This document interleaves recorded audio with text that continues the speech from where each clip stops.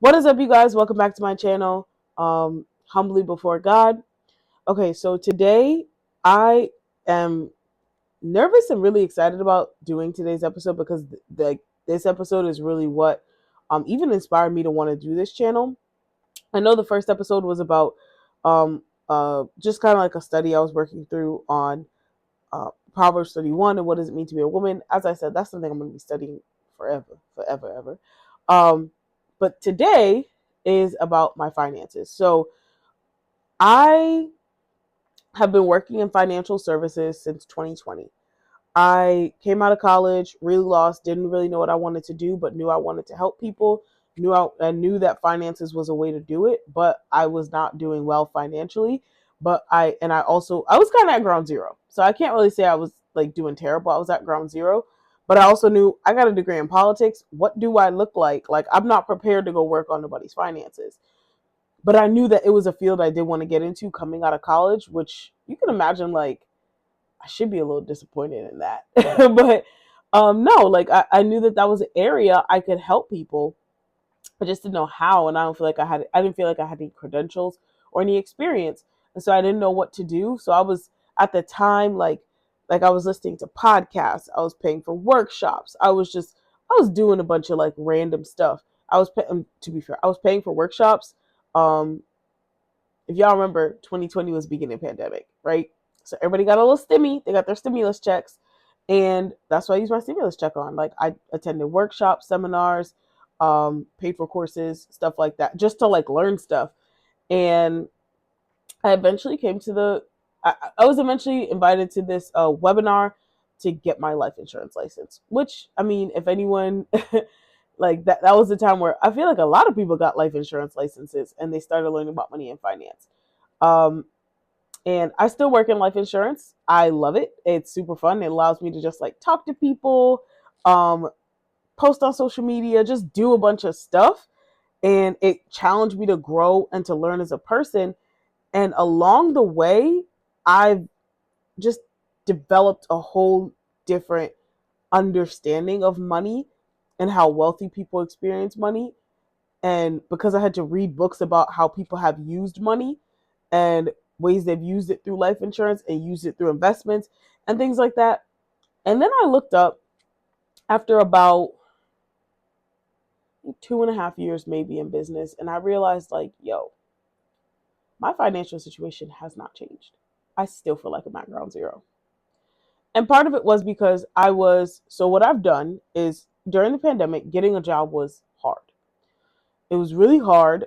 I'm gonna be honest with y'all. That's the goal. Is like I'm not trying to hold back anything. I'm not like I've seen the videos where people are like some things just need to be kept in a journal. I stand. I agree with that. Some things do need to be kept in a journal. I'm not going that far, but I do want to be honest about where I am and some of the things that I've had to figure out.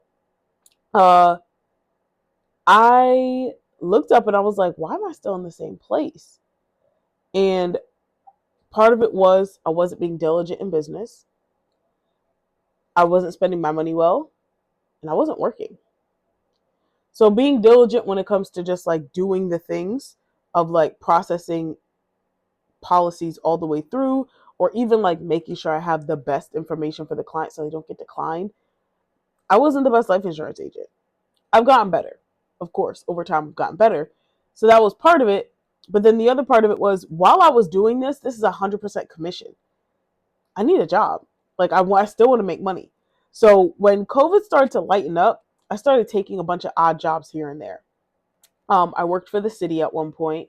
I worked in recruiting for the medical field at one point. I worked for an accountant. I worked for a tax office. Like I was just doing a bunch of odd jobs in between being a life insurance agent, right? And it'll bring me to where I am now. But in the midst of that, I was making it financially. I'm not making six figures. I'm just let's put that on the table right now. I'm still not doing that. Um, but I wasn't managing my money. So even though like I was sitting with people and I still sit with people about budgeting and about managing their finances and having learned and been taught the tools and what to look for and like best principles, best practices, listening, reading. I wasn't applying anything. And I was like, wow, you're a hypocrite. You are a hypocrite. And that hurt. And then I was like, okay, so I'm not even applying it. And then I looked up and I was like, I've been in this tug of war, like in this constant tug of war of going back to work full time and then scaling back aggressively how much I work in life insurance. Or just like not even just insurance, just in like financial work overall. And so I have come to a point where I want to be in business, not necessarily just in life insurance, but just in helping people. And that was really where it all started when I was in college. Like I really, really just want to help people. I just don't know how. And I don't know in what, like, I don't know what way, I don't know how. I know finances is a place that I want to start. And so I'm thankful and I'm grateful that this is where I started and I can see my business slowly shifting into something else. I'll talk about that as you, like, I was cleaning off my board anyway. I'll talk about that more as I go through this journey because now I'm like mapping out different plans for the year, working on different projects and things like that. Um, but part of it is part of what I've been exposed to in doing this work through my brother, through mentors, and just people I've met is if you decide to build a business, one of the things that building a business and just like getting older will demand of you, it's either rise to the occasion or fall, is that you actually get better. You actually have to get better in the process. And if you believe that the longer you do something, you will get better and you do improve, then it all comes down to just like focused attention on improvement. And so for a long time, I focused my attention on only improving in business. So yeah, I know how to better communicate with clients. I know how to better post content. I know how to do a lot of different things better than I did when I started. But the reason my life wasn't getting better, meaning like my finances wasn't getting better, because I didn't focus on it. So today's episode is really like it's round two because I tried this last year, but then I fell off and stopped doing it. Story for another time. Is me focusing on actually improving my financial standing. And part of what I've seen and just like meeting people is what you track grows. So I did it before I did it before I recorded this episode, but I'm just going to be transparent about where I am and what I'm doing with my finances. So where am I right now? I am part-time life insurance agent, part-time office manager, and anytime entrepreneur, I guess. Anytime entrepreneur. So what does that really look like? Um, I'm currently being contracted out to do this project for this religious organization. And that's going to pay me down the road. Cool. So I'm going to be doing a lot of work and not making money yet. Great. Um, then I am an office manager for a lawyer. And so what that means is like I don't work a whole lot for him, but I go in sporadically and just handle like his office upkeep, sending out bills, taking in payments, following up with clients, scanning in documents, sending out approval notices, things like that. Um that income for me for a month is like $800. Now, if y'all know 2024. What am I doing with $800? Not a whole lot. Like genuinely, truly, like not a whole lot. So I am heavily reliant on if I actually want to like do things and enjoy life, on being an insurance agent. Here's the problem. What I've seen with myself, I'm not the best when it comes to the front end activity of being an insurance agent. So tracking my income was at a steady incline the entire year until now. It is December 2024. I've been at zero since August. So for this month, um, it is the third week of December. My income for the month is $949.48. Like not approximate, but just about. And so today is the first episode of me just tracking it. Like, not just tracking like my income growing, but tracking me in my expenses. I think the next episode I'll actually go over the budget sheet I have for myself when it comes to tracking my income. But the goal is, like I said, I'm gonna be transparent. This used to bring me a lot of shame. I'm like, dang, bro, like, wow. Wow. But I know it's possible. I know that I work in a very lucrative industry, and I know that it's just a matter of what am I focusing on and what am I allowing my excuses to be in business. Um and diligence and faith, but all these different things, like it's effort, it's faith, it's strategy, all those different things when it comes to my income. And so um yeah, $949. I don't really have that many expenses. Most of my expenses actually have to do with different things for business. So, like Canva, having a cell phone to record content, to make phone calls to clients, to follow up with clients, paying for internet. Um, I pay for my own life insurance.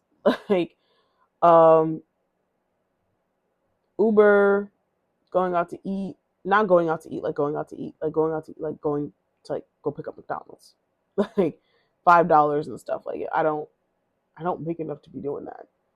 And also just like that's not good for my health to be a productive human being. Like I said, I'm being very transparent on where my mental is and what, like, becoming self-aware of how I am sabotaging my own behavior and getting better. As I stated, this is just humbly before God.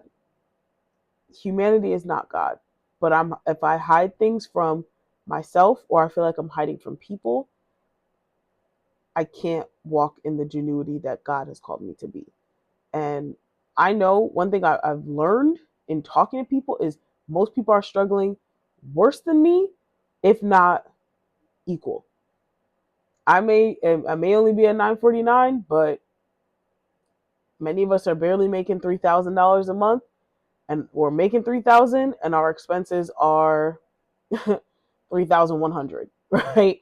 So, um, counseling people and casting vision on, like, hey, you can do this, and you know, getting money systems put in place is something I do want to help people with, but I can help people, but I have to be willing to help myself. And being able to help yourself is a part of that, is just being real about where you are. I'm not in the best place financially. My habits are the reason I am where I am. And so I hope and I intend that documenting this will lead me somewhere else. Because now I'll use this to celebrate my wins and to identify pitfalls. So that's what I'm gonna get into now. Pitfalls with this month already. Spending money on takeout, because I know that stuff is not good for me. I'm gonna be the person to say it, and ideally, I'm gonna hold myself accountable to live it after this video. Is because I've already done it at this point. That's why. Is people will tell you, like, hey, spending money on like Starbucks coffee is not the reason you're broke. It's probably not, in the sense that, yeah, your $6, it is probably $6, if not more. Your $6 Starbucks coffee every day, which is $30 a week. Is that $30 a week? Am I doing that? Yeah, $30 a week. It's $30 a week isn't the reason why you're not a millionaire. Like, it's not, in like the literal sense. It's not. Um, what I'm studying for myself, what I'm tracking for myself, is this. It's not the action of, so actually, let me take it off of other people. I'm going to put it about me. I spend probably $25 a week on takeout, on just like buying french fries, buying a burger, whatever, just to like make it through the day or whatever. I spend like $25 a week on that. My income is not that high, so that's minimum $100 a month, and then I also pay for like expenses. And sometimes some months, like, I just don't buy groceries because I just eat off of that. That's not, I do live. Oh, transparent moment. I live with my parents, so I eat what they eat. We eat like lentil and rice or something like that, So a lot of expenses are cut that way because I'm pretty sure if you watch, it's like, how are you surviving on 900? I do not live alone. That is also part of it. And so realizing I spend $100 minimum a month. This week alone, I've spent 40. I spent $100 minimum a month on takeout. $100 minimum a month, knowing that I actually don't eat that much.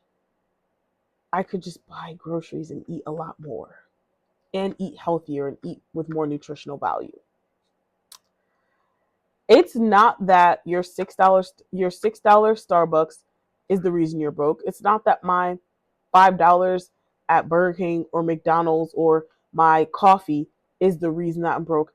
It's the habitual principle of planning in advance that keeps you broke. That is the theory I am testing going forward. Is that it's just the discipline. It's not about the coffee. It's not about even the dollar amount. It's the discipline of, okay, if I'm going to spend this money, is it budgeted out and does it make sense? Or am I spending it carelessly? That's what keeps, I really want to prove to myself that that's what keeps people broke. That's what keeps me broke. It's not that the coffee is too expensive. It's not that you can't have it. It's that it has to be budgeted and it has to make sense. I'm very observant of my habits as of lately, and about a year ago this time, I stopped eating takeout. And I felt better. Like I felt more clear, I felt healthier. And a year ago this time, I started tracking my income quietly. I wasn't telling anyone. And I saw it go up. I saw it start to go up. I saw my savings start to go up, and then I stopped. And then I spent a bunch of money on Uber, because I do not have a car, and yeah, fell apart. It was not good. So that being said, one of the lessons I want to prove to myself is that this, like, spending money on those little things, those miscellaneous expenses, it's not that they're bad. It's that they're not budgeted, and they are expressions of a lack of discipline with money. That's all it is. Everyone can have their Starbucks coffee, they can have whatever, but it's all about cultivating a sense of discipline with what you have in life. And so that's the goal. That's actually a part of what I want to work on in money, is helping myself and helping other people cultivate discipline around money and finances, which is like a psychosocial thing as well, but we're not going to get into that today. So, yeah, I will. I don't know how I'm going to document this. Maybe I'll do this this is a 20-minute video. I don't even know if it needs to be this long, but maybe I'll just document like my weekly check-ins going forward and pitfalls and new ideas. I don't know. I don't know how I'm going to document this, but this was like one of the things I was really excited about putting together for this podcast. Is this a podcast or is this a vlog? I don't know. But I was really excited about this because this has been a very big point of insecurity even before getting into financial services. It's just money.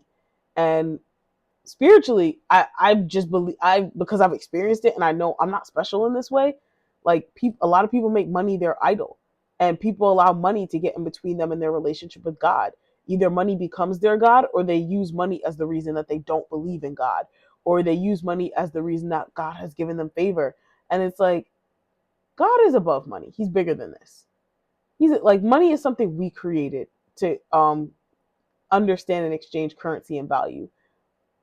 God's above this. So it's not that he's not concerned with it, but we can't let money define God.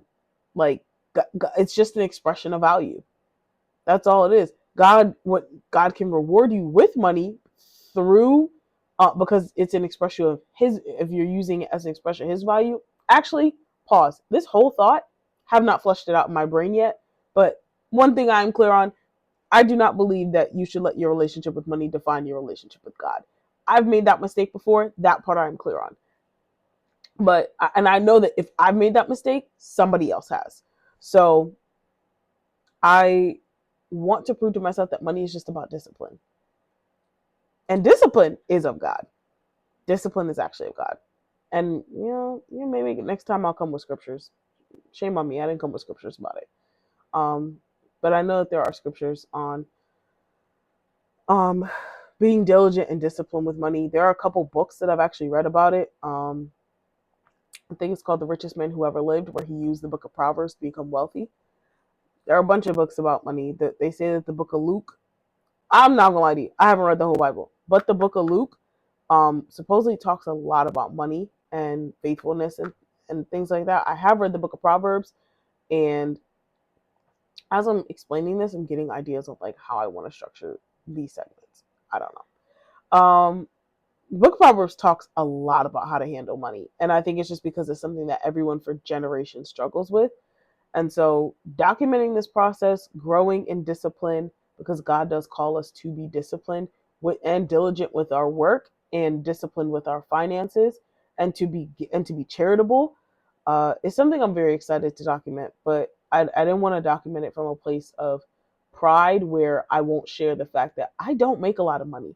I work in money and finances. I've sat with people who make $1 million a year, and I'm like, and mommy, no. And I'm like, that's so cool.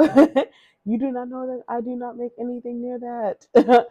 um, and instead of feeling like, punked out, I kind of just learned, I was like, we think about money differently. We have different habits. I can change my habits. And if I can change my habits, I can change my results. Maybe I won't be a millionaire. Maybe I will be. But I know that I don't have to be here. So super excited for this. This feels very refreshing and very exciting. Maybe I'll show my budget sheet next time. I'm working on cultivating a better budget sheet to track my expenses. Just like a personal one. The one I have now I do like, but I do want to update it so that it is more efficient.